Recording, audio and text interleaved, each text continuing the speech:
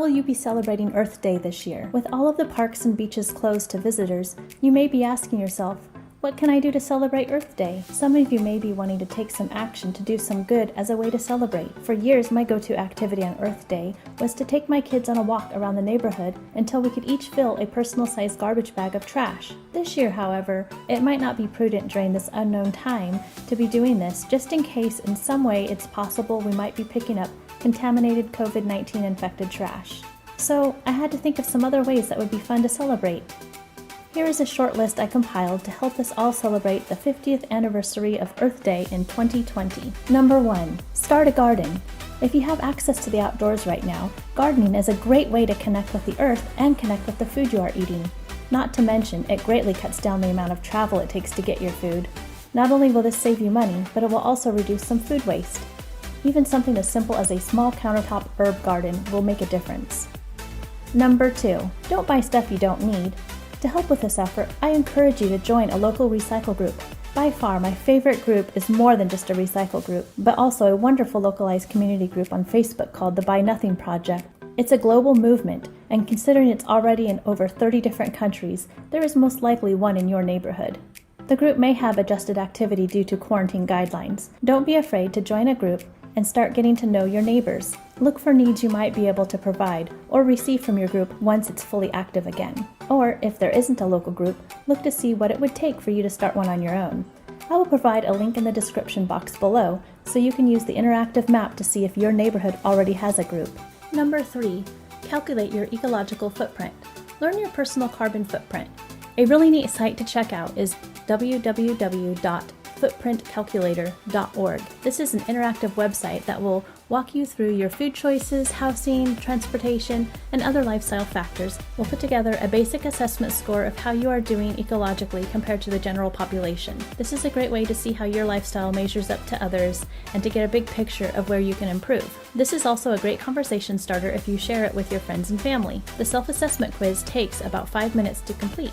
Once you do the assessment, you can navigate the site to see what areas need the most improvement to be even better. Number 4, go plant-based for one day. I know it can be intimidating to make a big diet switch, and maybe in the hustle and bustle of regular life, you wouldn't want to change your eating habits. However, now that we are all spending more time at home, it's a great time to try out something new. While cutting out meat and poultry is a good way long-term to have an impact on the environment, it might not be the best way for you, or you might not feel this is attainable. But could you do it for just one day? I think so.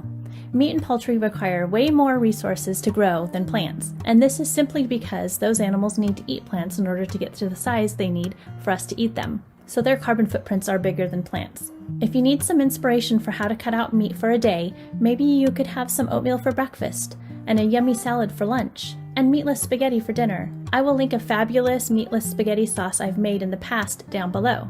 Number 5. Listen to a podcast or read a book to learn ways to live with less. A fabulous new book that just came out and I highly recommend is the Buy Nothing, Get Everything Plan. The co-creators of the Buy Nothing Project wrote this book. I've been following their story for a couple years now, and it really is fascinating to hear some of the ways they have changed their lifestyles to fit the gift economy one of the authors, Liesl, learned when she visited Nepal. Maybe you can take some of their ideas and implement them into your life. I will also link their book below to check out. Before I end this video, I wanted to give you one more fun bonus way to celebrate Earth Day. You could throw an Earth Day party. You heard me right, but no ordinary party. And no, I'm definitely not suggesting you invite anyone over.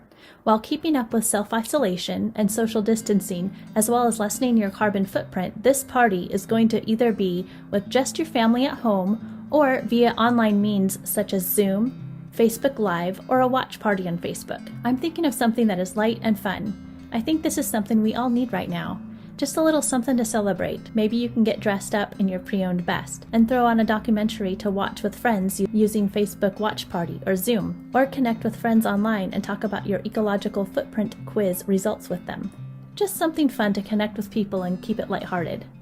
I hope you enjoyed this video. Thank you for watching and happy Earth Day!